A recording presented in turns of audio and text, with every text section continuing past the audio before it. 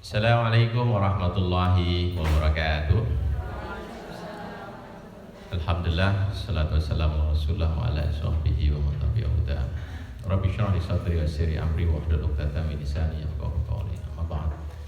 Bersyukur kita masih diberikan kesehatan Allah Subhanahu wa taala. Maka kita gunakan setiap hari dengan hal-hal yang positif, terutama di hari-hari Ramadan di mana semua pahala dilipat gandakan. Kita akan melanjutkan kajian Ihya Ulumuddin, masih tema tentang fadlul kasbi, keutamaan bekerja. Bismillahirrahmanirrahim. Qala ta'ala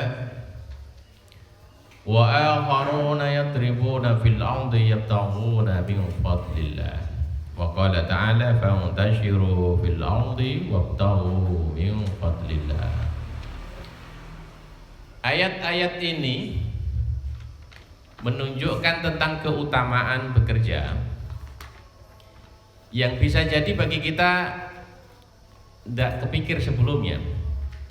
Sebagian besar orang melihat bekerja, berusaha, dagang, bisnis itu urusan dunia. Urusan apa? Urusan duniawi lah. Jadi kita selalu membuat dikotomi. Amal ibadah itu ukhrawi, dapat ganjaran. Di satu sisi ada pekerjaan bisnis dan perdagangan itu duniawi, yang dicari tidak lain kecuali bayaran. Kajian Ihya ini merubah dikotomi itu. Jadi ibadah dan mencari rizki dua-duanya bernilai ibadah. Bahkan kedudukannya sangat mulia. Wa akharuna yadribuna fil ardi. Wa akharuna, dan banyak orang yadribuna, berjalan fil ardi, di bumi, yabtaghuna min fadlillah, mereka mencari fadl Allah. Ini ada di surat Al-Muzammil ayat ke-20, agak di tengah ya. Jadi awalnya ini surat atau ayat 20 Al-Muzammil ini menunjukkan bahwa Rasul Muhammad SAW tidak pernah meninggalkan sholat malam, selalu melaksanakan qiyamul lail. Tahajud lah. Tahajud bagi Rasul itu wajib. Adna min sulusail lail. Rasulullah kalau sholat tahajud itu sepertiga malam. Kadang-kadang setengah dari malam atau 2/3. Karena itu kita baru paham beberapa cerita yang disampaikan oleh para perawi hadis. Rasulullah yang dipastikan masuk surga ini kalau sholat malam lama, saking lamanya sampai kakinya bengkak. Pernah sholat sunnah sampai kaki kalian bengkak? Kakinya itu saya lihat pada bengkak itu. Karena sholat tanpa karena bawaan itu. Nabi sholat sunnah qiyamul lail, tahajud sampai kakinya bengkak. Kan gak kebayang gitu, sholat kok bengkak, 20 rakaat aja beres, karena 15 menit selesai. Nabi tahajud sampai sepertiga malam, sulusail lail.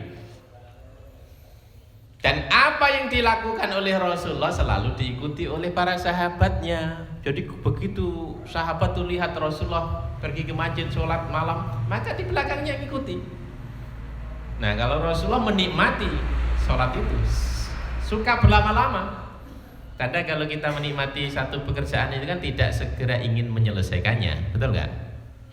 Kalau kalian lagi suka film gitu, sampai udah maghrib aja, entar dulu ini nanggung, ini kurang dikit lagi.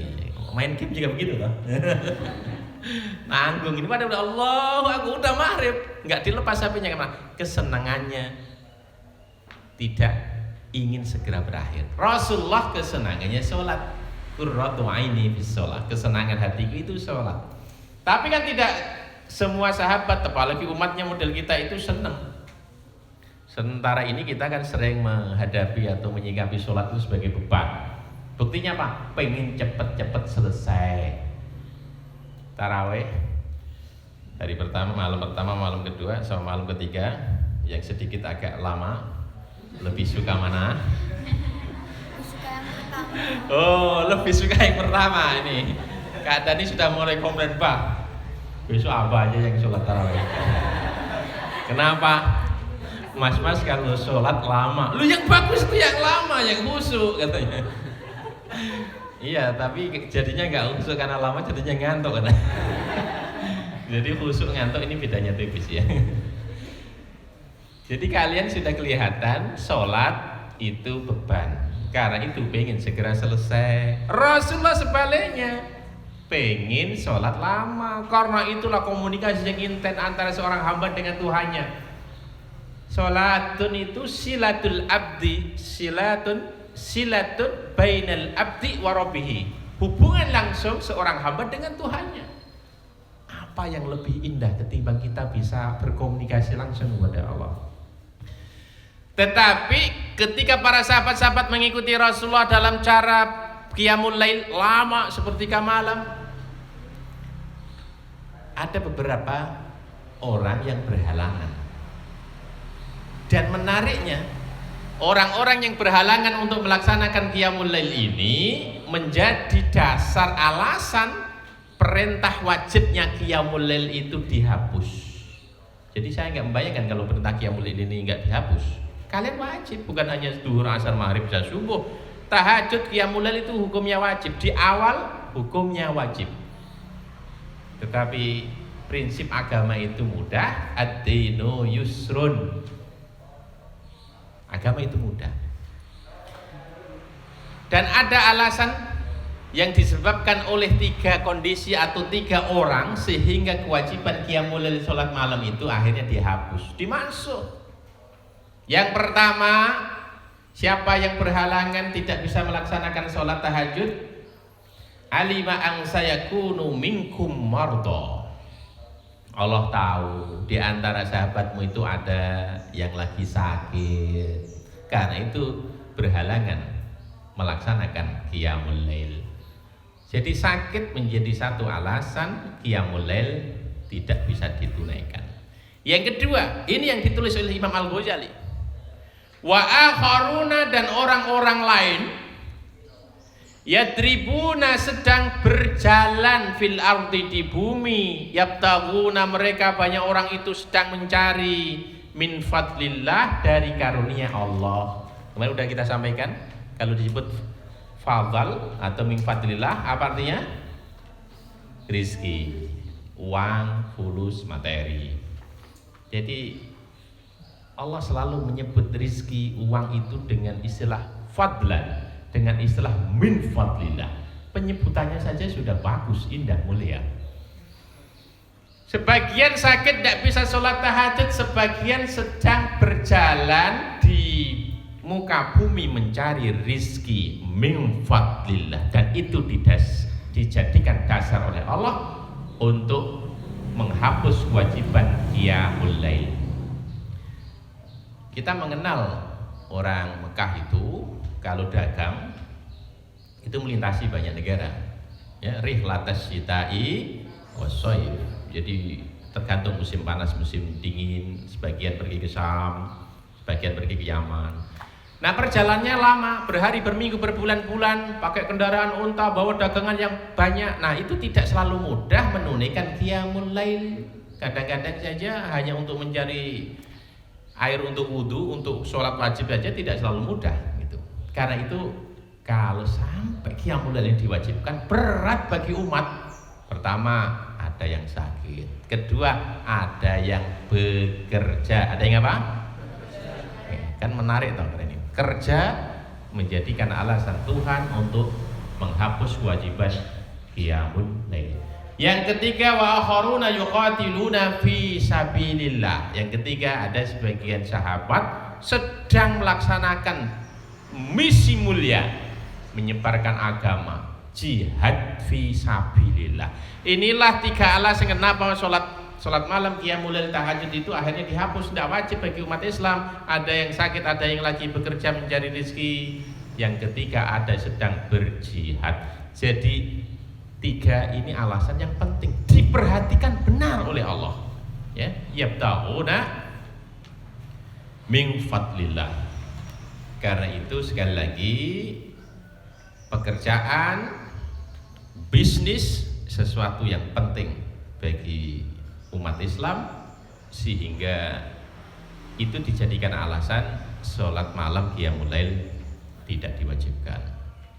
Meskipun tidak diwajibkan, tetapi kemuliaan qiyamul lail tidak perlu kita ragukan. Wa minal laili fatahajjat bihi nafilatan lak asa yab'asaka rabbuka maqaman mahmuda. Jadi tetap lakukan sholat malam, tidak pernah meninggalkan tahajud, apalagi setiap malam di Ramadan ini kan kita bisa bangun secara otomatis sebelum subuh. Kalau di luar Ramadan tidak secara otomatis, betul nggak? Di luar Ramadan tidak secara otomatis, kadang-kadang bangunnya dengar adzan subuh. Nah kalau ini kan bukan panggilan masjid, tapi panggilan perut.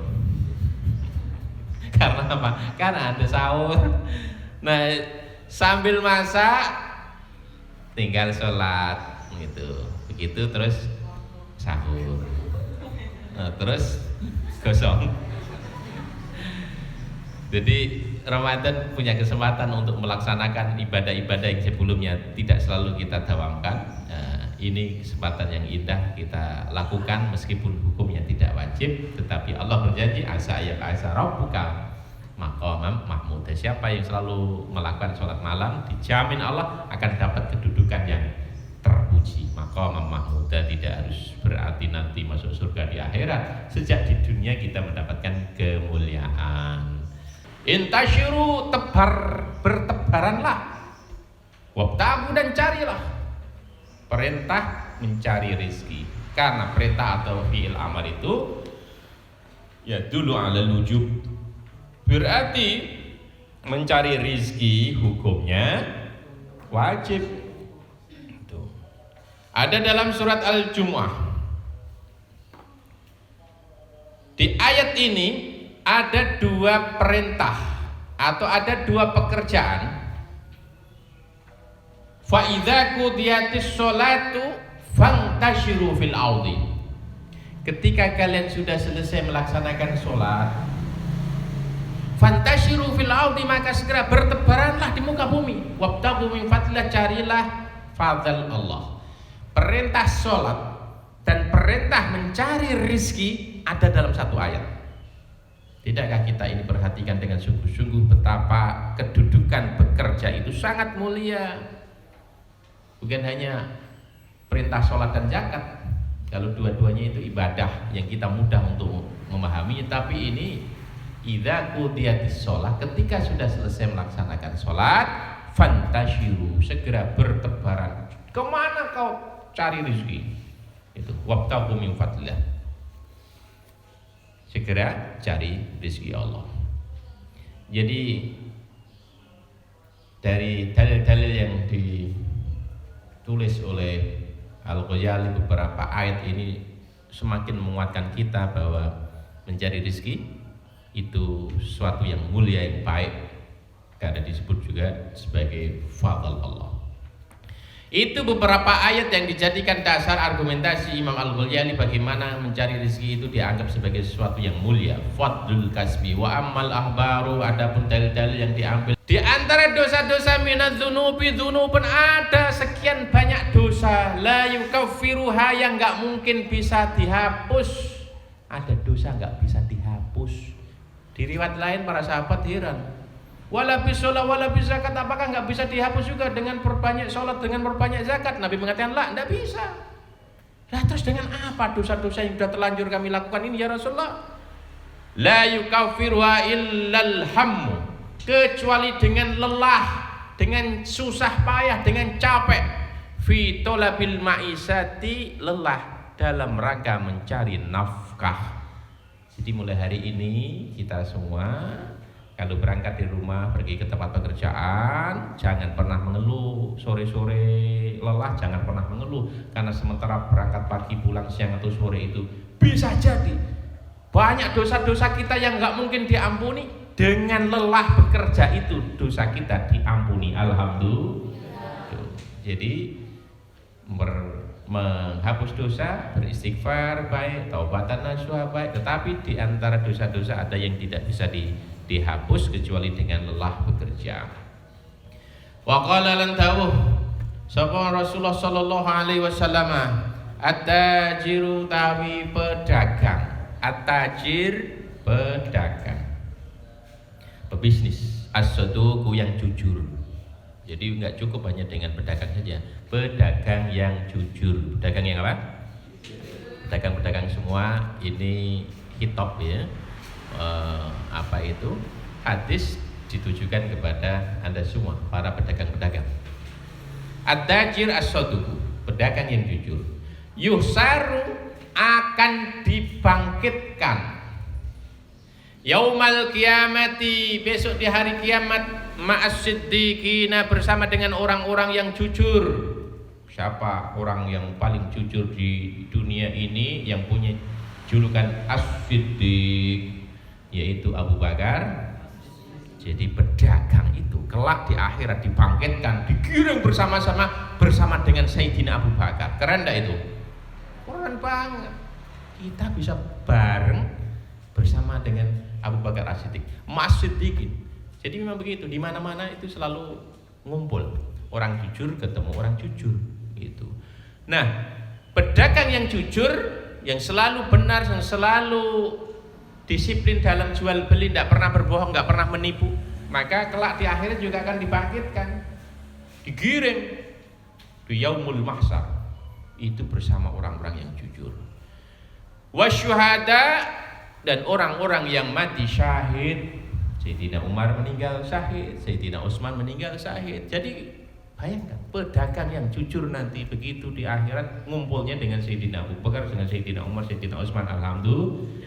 Karena itu bersungguh-sungguhlah menempa diri, mendidik jiwa kita untuk tumbuh menjadi seorang pengusaha yang jujur. Pengusaha yang apa? Yang jujur. Wa qala sallallahu alaihi wasallam, wa qala lantalu sapa Nabi Muhammad sallallahu alaihi wasallam, man talabat dunya, sapa sing luru dunya. Dunia itu artinya harta, rezeki, uang, halalan. Pastikan yang kita cari ini halal. Wa ta'affufan, dan menjaga diri kita. Tujuan kita bekerja untuk apa? Ta'affufan, menjaga diri, anil mas'alati, dari meminta-minta. Lah kalau kita nggak punya uang, kan kita punya kebutuhan. Gimana cara mencukupi kebutuhan? Minta orang. Maka bekerjalah, cari rezeki yang halal supaya kita terbebas dari meminta-minta. Wasa'yan, dan bersungguh-sungguh memenuhi kebutuhan ala iyalihi, untuk keluarganya. Wa ta'atufan, dan bisa bersikap lembut ala jarihi, kepada ingatasi tonggoni. Gimana maksudnya berperilaku lembut kepada tetangganya? Hari ini kita sadar betapa berat kondisi hari-hari ini, di mana pekerjaan tidak bisa dilakukan dengan normal.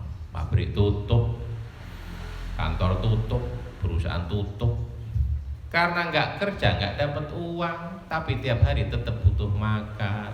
Maka pikirkan tetangga kita, kiri kanan kita, jangan sampai dalam kondisi kayak gini kita nggak care, nggak perhatian, nggak punya sensitivitas jiwa. Jadi jangan sampai orang itu makan malam kekenyangan, tidur susah. Kok nggak bisa tidur? Kenyang. Maghrib buka puasa, habis tarawih makan lagi. Lo di kiri kanan kita itu ada orang puasanya bukan dari subuh sampai maghrib. Nah itu kan normatif kalau ada yang dimakan. Nah kalau nggak ada yang dimakan, itu bisa puasa 3 hari, siang malam. Ya kecuali seteguk air misalnya. Karena itu perhatikan, ta'atufan, bersikap lembut, penuh kasih sayang, ala jarihi, kepada tetangga-tetangganya. Jadi kebutuhan keluarga tercukupi, menghindarkan diri dari meminta-minta, dan keinginan untuk berbagi dengan tetangga. Maka orang yang demikian itu akan bertemu Allah, laqallaha wa wajhuhu, ketika nanti di akhirat ketemu Allah, wa wajuhu, wajahnya, mukanya ini kal qamari lailatal badri, mirip dengan rembulan di malam purnama. Jadi perempuan-perempuan ada kesempatan untuk menjadi perempuan yang cantik, bersinar seperti rembulan di malam purnama. Kalau itu tidak berhasil kalian dapatkan di dunia, ada kesempatan nanti di akhirat, ya. Dan ini tidak hanya berlaku bagi perempuan, laki-laki juga, ya. Ini udah dikasih pemutih, nggak putih-putih, sabar. Ada kemungkinan nanti ketemu Allah, wajah bersinar kal qamari, seperti rembulan lailatul badr, gitu, di malam purnama. Apa itu yang dilakukan? Cari rezeki halal, menjaga diri dari minta-minta, mencukupi kebutuhan keluarga, bersikap lembut kepada tetangga dengan gemar berbagi. Maka berbahagialah. Kalau ketemu Allah ya pasti di surga. Wajah kita berseri seperti bulan di malam purnama. Wa kana lan ana sapa jeung Nabi Muhammad sallallahu alaihi wasallam jalisan iku lungguh. Nabi sedang duduk-duduk ma'ashabi, bersama para sahabatnya. Jadi Nabi itu suka bercengkrama dengan para sahabat. Jadi kedekatan Nabi dengan sahabat itu luar biasa. Akrab sekali Nabi dengan sahabat. Dari nama julukan temannya aja sahabat. Dan sahabat Nabi itu lintas suku dan untuk semua umur. Kalau kalian yang disebut sahabat kan teman kuliah, kan? Teman pondok, teman main di kampung, itu namanya sahabat. Nabi enggak.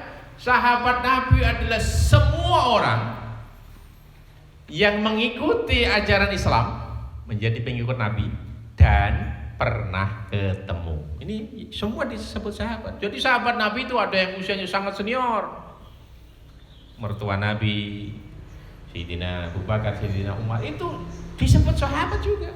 Menantu Nabi, Sayyidina Utsman, Sayyidina Ali. Ada anak kecil, itu juga sahabat Nabi. Banyak sahabat-sahabat jenis kecil itu, diantaranya Anas bin Malik, ada Abdullah bin Zubair, ada Abdullah bin Abbas, usianya muda-muda, ya, 10 tahun. Usiamu berapa sih? 10. Kalau ini kan hubungan bapak dan anak, ya kan? Tapi Rasulullah itu, anak-anak kecil itu menjadi sahabatnya. Semua dipanggil, ya ashabi. Kalau Nabi manggil gitu, semua orang-orang tua datang, anak-anak kecil datang, sahabat semua. Jadi itu menunjukkan bahwa kedekatan Rasul yang mulia itu dengan semua pengikutnya itu akrab dekat. Kana sallallahu alaihi wasallam jalisan ma'ashabi, Nabi sedang santai-santai duduk bersama dengan para sahabat-sahabat beliau. Datu yaumin, satu hari. Fanadhuru, maka mereka sementara pada duduk-duduk bersama itu, mereka melihat ila sabin, ada seorang pemuda seusia kalian lah ya, muda. Dzi jildin wa quwwatin wa qad bakkara yas'a. Sementara Nabi duduk dengan para sahabat, kelihatan oleh mereka ada seorang pemuda datang berjalan. Di jildin ini memiliki, jildin itu kulit ya. Jadi orangnya kekar gitulah. Bayangan saya kekar, wa quwwatin dan kuat. Ada anak muda perkasa. Kelihatan kulitnya tebal, kerja keras. Waqad bakkara, dan sungguh berpagi-pagi, atau koma mubakkiran. Jadi bangunnya waktu pagi. Yas'a, bekerja. Sementara Nabi, bayangan saya, Nabi habis sholat subuh ini udah ada kajian, kemudian santai duduk-duduk di teras masjid, ada pemuda datang. Kelihatan dari cara jalannya, postur tubuhnya, di jildin wa quwwatin. Waqad bakkara yas'a, sepagi ini kok sudah kerja kan gitu.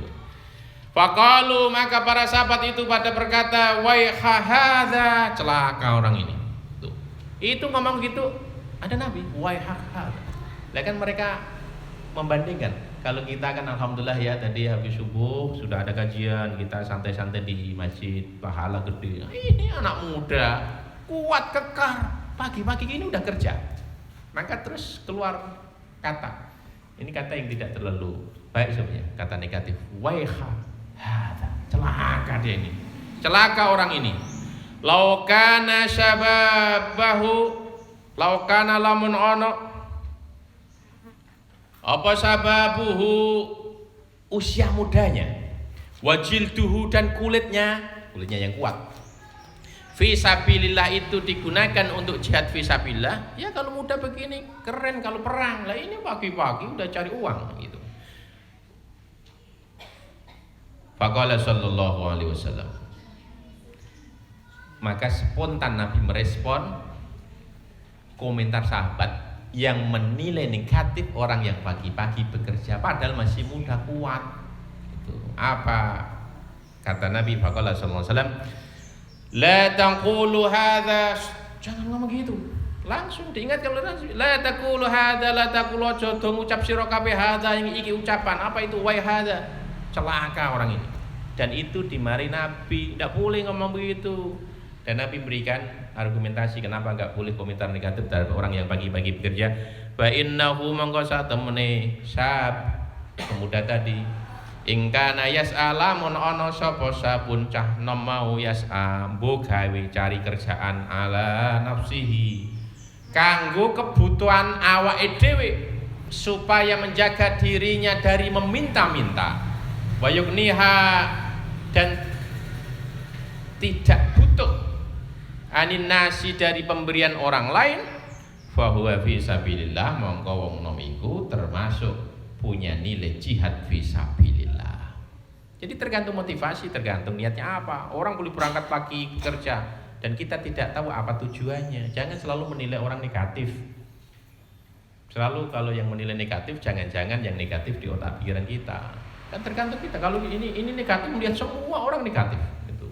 Karena itu kita udah mulai menata hati kita, menjernihkan otak pikiran kita. Lihatlah setiap orang dengan kacamata yang positif. Wa huwa fisabilillah. Wa in kana lan lamun ana sapa sabun cah mau yas'a bukawe ala abawaini dhaifaini untuk memenuhi atau mencukupi kebutuhan bapak ibunya.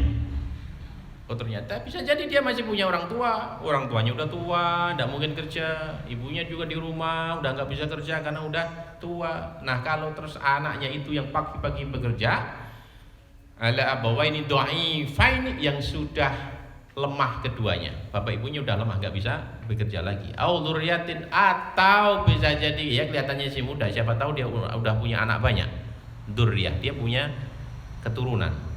Diafin yang lemah namanya anak kecil kan belum bisa bekerja. Bisa jadi orang tuanya sudah tua nggak bisa bekerja atau bisa jadi dia udah punya anak keturunan dzurriyah diafin yang lemah.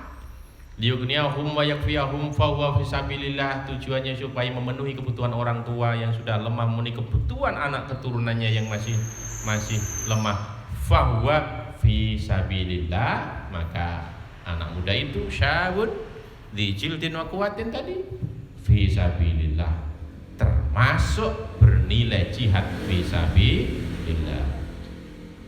Baru yang ketiga Nabi ngasih peringatan. Wa in kana yas'a, tapi kalau dia tujuannya itu bekerja tafakhuron. Tafakhuron itu artinya sombong congkak. Aku harus bekerja keras. Kalau uang udah banyak aku dapatkan, aku udah kaya raya, mereka baru tahu siapa saya. Itu tafakhuron. Nah, kalau tujuan bekerja itu supaya itu sombong, angkuh, congkak, wa takasuron atau berbanyak-banyakan harta. Kamu punya apa? Nah ini lihat, ini milikku semua. Itu takasron, akeh-akehan dunya. Fahuwa fi sabilis syaitoni. Nah baru pemuda itu sedang menempuh jalan setan. Na'udzubillah min dzalik.